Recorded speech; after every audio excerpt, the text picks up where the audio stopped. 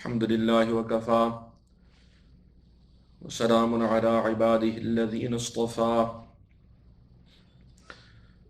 أما بعد فأعوذ بالله من الشيطان الرجيم بسم الله الرحمن الرحيم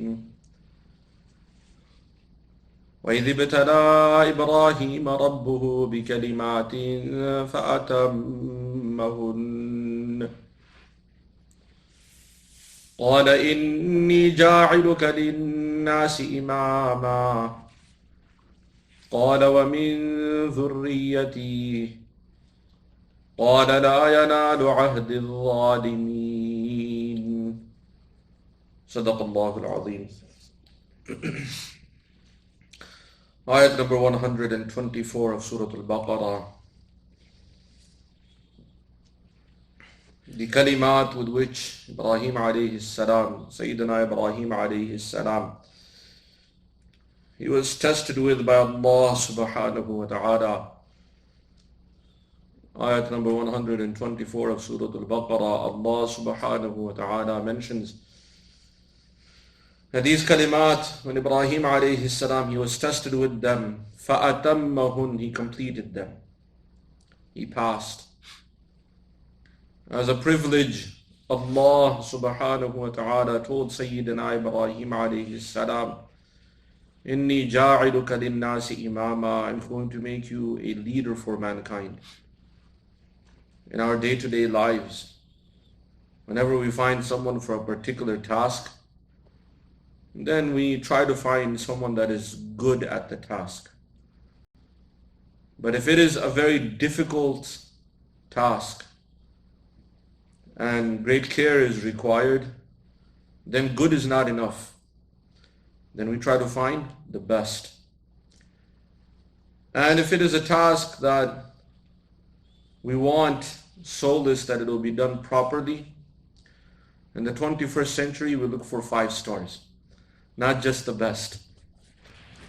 So Allah subhanahu wa ta'ala, when He gave this title and this position of Imam to Sayyidina Ibrahim alayhi salam, this title and this position was given after Sayyidina Ibrahim alayhi salam, he proved his worthiness. There are many things in our lives that we don't just assign to anyone, or we don't just trust anyone to do them. Simple example like surgery. You don't just go to any random person and ask him to do surgery. There is a particular kind of person you will look for. Amongst the doctors, you will look for a particular doctor. So those, even amongst the doctors that are surgeons, you will try to find that surgeon that not only is a surgeon, but has many, many years of experience. Because we understand the more complicated the surgery, the more experience we look for. Someone tells us, oh, I've been a surgeon for 2 years. Another one tells us, I've been a surgeon for 35 years. And then you go and check the ratio out of this 35 years. How many times has this doctor messed up? And how many thousands of surgeries he must have done? The person says, this one with the 35 years and good track record, so it's much better that we go with them, or we go with him, than opposed to somebody who just became a surgeon. Because 2 years you're barely breaking the ice.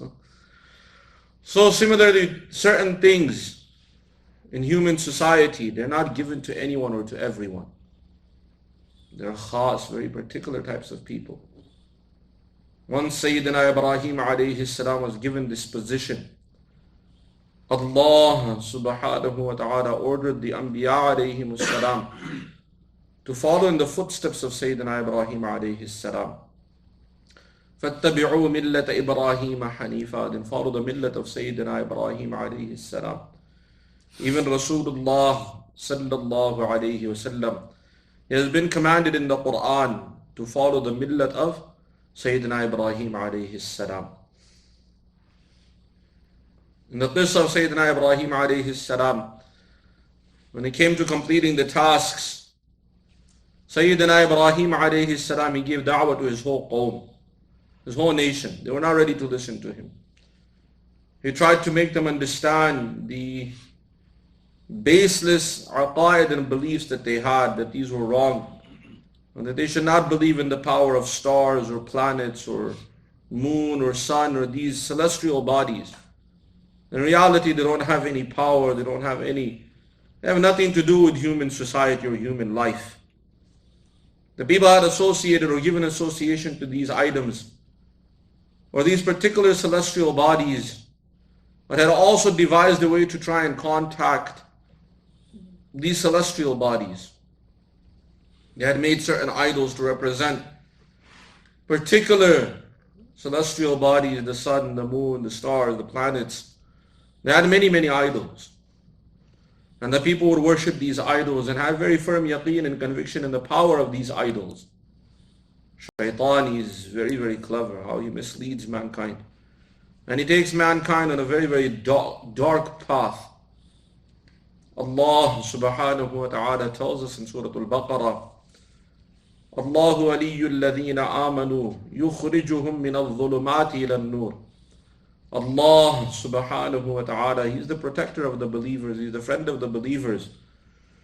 He takes them out of the darkness of dhulumat, many, many darknesses, ila al-nur, to light. Nur can only be one, only one light. As far as darkness is, how many darknesses there can be. People can follow many, many dark paths. The dark path of shirk, the dark path of immorality and immodesty, the dark path of murder, and so on and so forth. Many of these major sins, the kaba'ir, each one is a dhulma, each one is a darkness. Combined dhulumat, many, many darknesses. Ila nur, towards light. And that's very easy to understand. A person can stand at night, so much darkness. You go into a house that's full of darkness in the dark of night, different kind of darkness. Then inside that house, you go into an interior room somewhere. Now you've come into a kind of darkness where you can put your hand in front of you, you can't see it. It's amazing how Allah subhanahu wa ta'ala gives us examples in the Quran. He gives us the example of a storm at sea, the hurricane. Allah subhanahu wa ta'ala tells us in the Quran that those who disbelieve, they're in different kind of darkness. The darkness is such that ظُلُمَاتٌ بَعْضُهَا فَوْقَ بَعْض. There's darkness upon darkness. The example like that of you're in an ocean, and in that ocean at night time, hurricane hits. And it's so dark.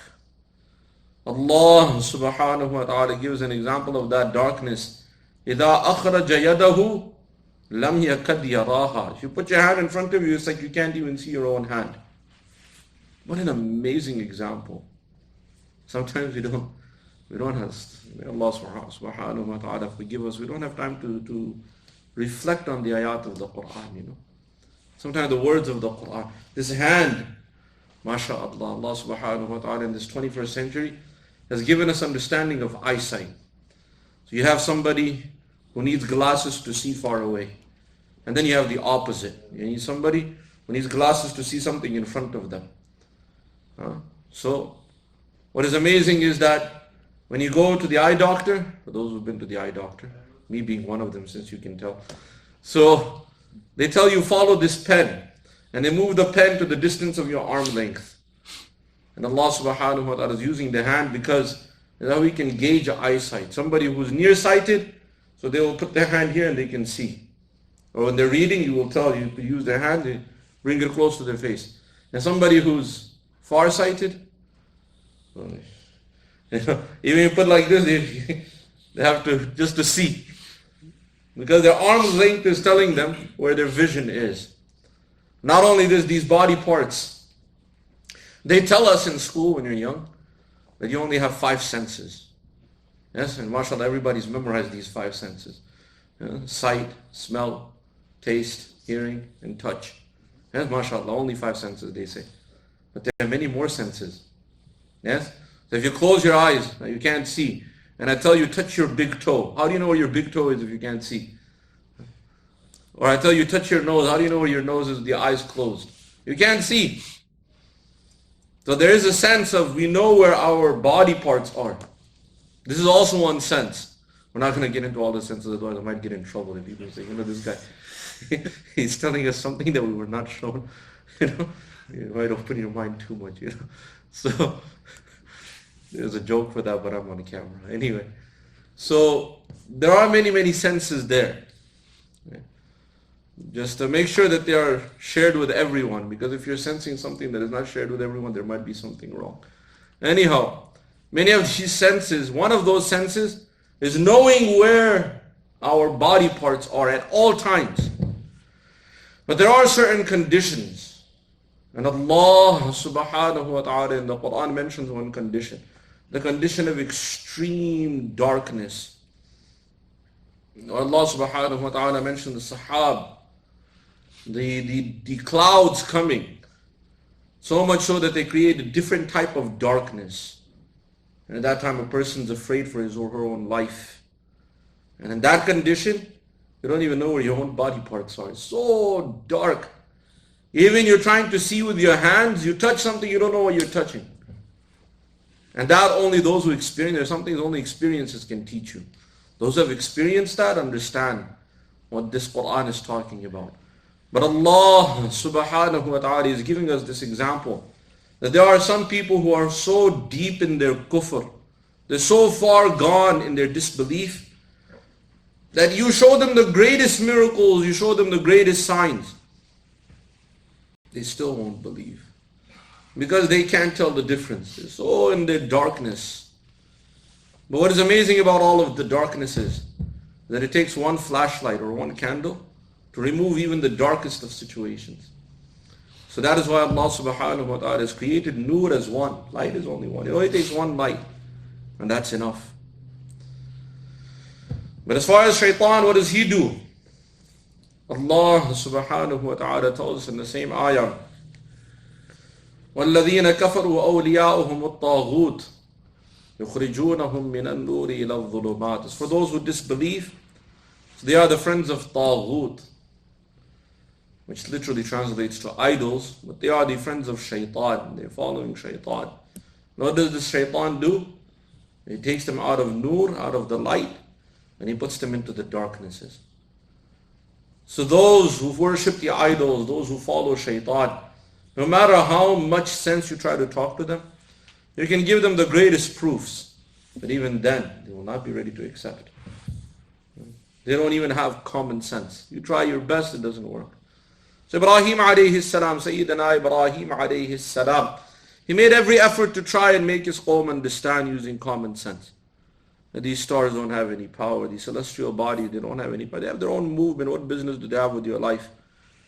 But now these idols that the people are worshipping. So Sayyidina Ibrahim alayhi salam, he was telling the people that what are you worshipping? What are you really doing sajda to? The ayat of Surat al-Shu'ara, Allah subhanahu wa ta'ala mentions the da'wah that he gave to his qawm. And also in Surah Al-Anbiya, Allah subhanahu wa ta'ala mentioned the da'wah of Sayyidina Ibrahim alayhi salam to his qawm in reference to the idols that they were worshipping. هَلْ يَسْمَعُونَكُمْ أَوْ يَضُرُّونَ. Then Sayyidina Ibrahim alayhi salam, he was asking his qawm. Allah subhanahu wa ta'ala tells us in the ayat of the Quran in Surah Al-Shu'ara, وَاتْلُ عَلَيْهِمْ نَبَأَ إِبْرَاهِيمَ إِذْ قَالَ لِقَوْمِهِ مَا تَعْبُدُونَ أَإِفْكًا آلِهَةً دُونَ اللَّهِ تُرِيدُونَ مَا ظَنُّكُمْ بِرَبِّ الْعَالَمِينَ. In other ayat, Allah subhanahu wa ta'ala mentions their case. So he was trying to make them understand by giving them da'wah that what are you worshipping? These lies that you have made up. That هَلْ يَنْصُرُونَكُمْ. That are they able to even help you? Are they able to see you? Are they able to listen to you? Are they able to hear your dua, these idols, these stones? Can they help you in any way? Or can they even cause you any kind of harm? And the people were just looking at him, that what are you talking about? You're just a child. He was young. And he told them, he said, فَإِنَّهُمْ عَدُوٌ لِي إِلَّا رَبَّ الْعَالَمِينَ. That all these idols you're worshipping, they're my enemies, except for Rabbul Alameen. Sayyidina Ibrahim alayhi salam, he gave them a description about Rabbul Alameen. الَّذِي خَلَقَنِي فَهُوَ يَهْدِينَ. That being that Allah who has guided me and He has created me and He has guided me. And that's an amazing statement. All of the Anbiya alayhim as-salam, when they were giving da'wah, they gave this da'wah. That being that created us and then guided us. If not necessarily to the straight path, but all of humanity, He has given some level of guidance. Who teaches us how to eat, how to swallow. Who teaches us how to use our eyes, how to use our ears, how to use our hands, how to use our feet. All of these various organs. Who teaches us how fast we need to move, how much strength we need to employ. Have you ever stop and think, when you want to pick up something, just with looking at it, you don't use the same amount of force to pick up a pencil or pen as you would use to pick up a heavy object. Many times just your eyes are enough to know. Especially at the gym. These big metal pieces on, you know, okay, this thing must be heavy. So at least, so common sense starts telling you something else is going on here. But who's telling you that? How does all this process? It's not that you're sitting there mathematically calculating, okay, what must be the weight of this? It's just automatic. How do you know how much force to employ at a given time? Where is that force coming from? And it's amazing how you can change that in moments. How fast it can change. We're carrying something heavy and someone is helping us, and all of a sudden the person helping us gives up. And all this in seconds, in moments, the amount of strength we're employing, all of a sudden it doubles. Where is that double strength coming from? You're holding it. If you let it go, so it's finished. And he told the other person, come on now. But where's all that? And it doesn't mean it's not there. It's there. But you know how much to employ. And there's no, it's not like our vehicles where you have to press the accelerator and you can calculate. It's not calculated like this. Automatic. We never stop to think, who was created? What a system Allah subhanahu wa ta'ala has created. Sometimes we don't think what kind of guidance Allah subhanahu wa ta'ala has given to all of humanity. Fir'aun, when he asked Sayyidina Musa alayhi salam, وَمَا رَبُّ الْعَالَمِينَ? What is this Rabbul Alameen you speak of? So Sayyidina Musa alayhi salam, he told Fir'aun, رَبُّنَا الَّذِي أَعْطَى كُلَّ شَيْءٍ خَلْقَهُ ثُمَّ هَدَاهُ. Rabb, my Rabb is that Allah who has given everything its creation, and then He has guided how to use that. That takhliq. How do the animals know? How do the birds know to fly? How do the animals know how to use the various kind of weapons they're given? How do the animals know when there's something dangerous, An ajib system Allah subhanahu wa ta'ala has created. It's like they know when something is dangerous. And when that particular thing is not dangerous anymore, so they're also at peace. You ever seen, they show the lion, he's sitting there just enjoying life. And the deer is walking right in front of it. They know the lion is full, he's had his meal, so no problem. They're walking right in front of it. They're sitting right there. The deer is minding his business and lion is minding their business. And when the lion gets hungry, it's like automatically the deer know. Their senses go off. Okay, now he's hungry. They start running before the lion stands up or just, even shows it. How do they know?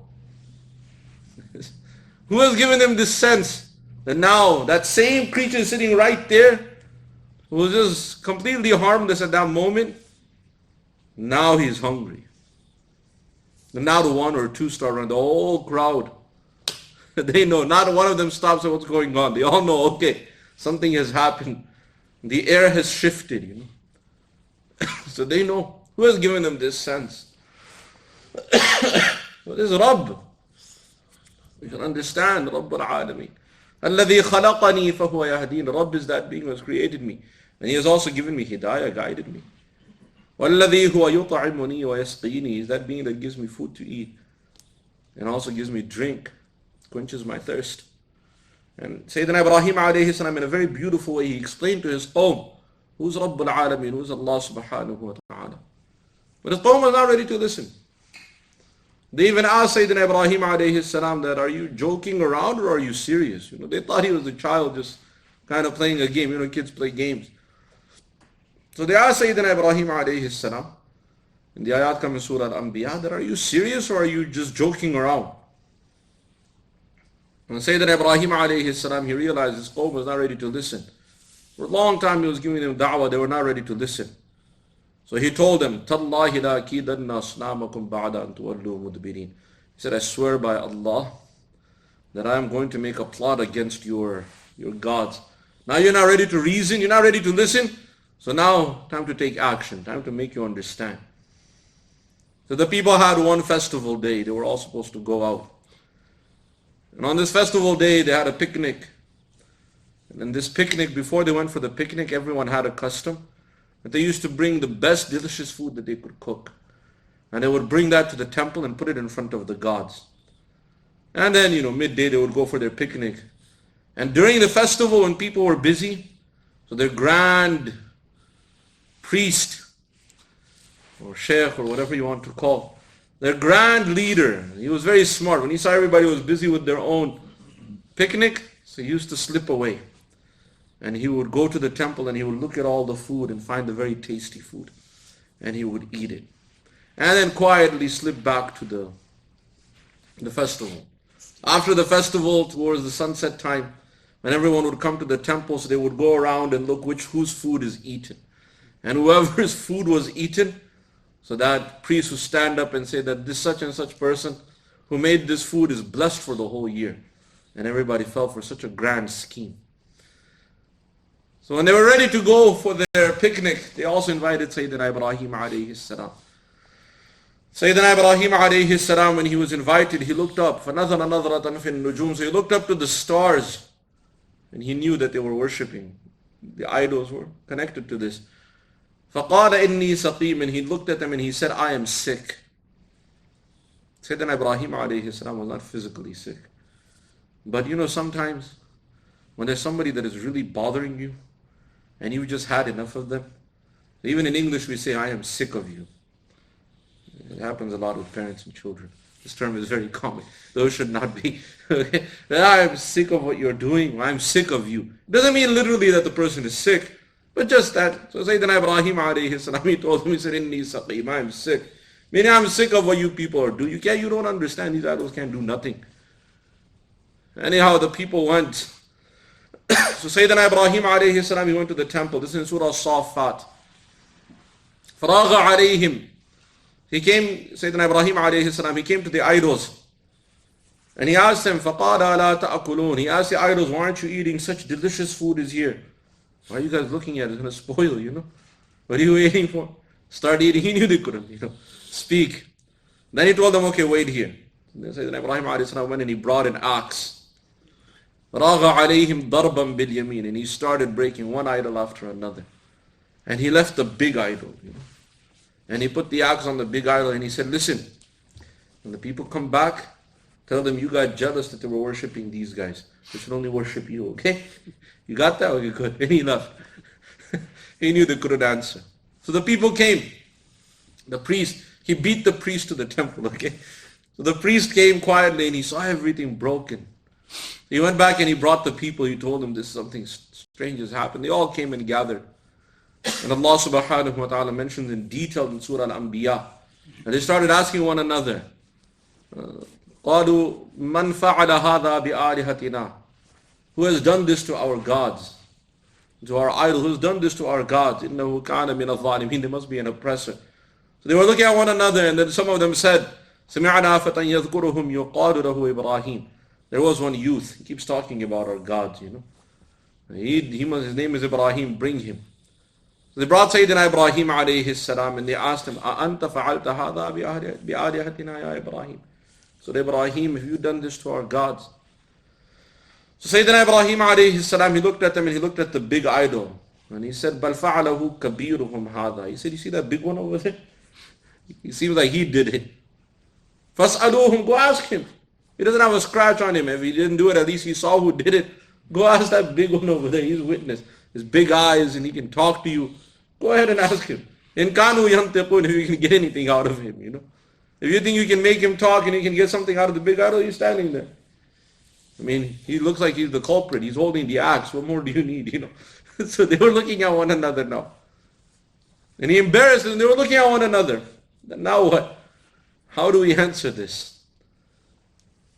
And they were looking at Sayyidina Ibrahim alayhi salam, and they were looking at one another. Then now what kind of strange scenario they're put in now.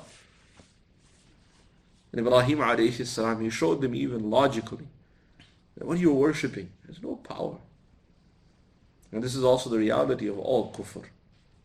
Inshallah, we will continue. May Allah subhanahu wa ta'ala give us understanding and give all of us tawfiq to practice His deen. وَمَا عَلَيْنَا إِلَّا الْبَلَاغِ. الحمد لله رب العالمين والصلاة والسلام على سيد المرسلين وعلى آله وأصحابه أجمعين.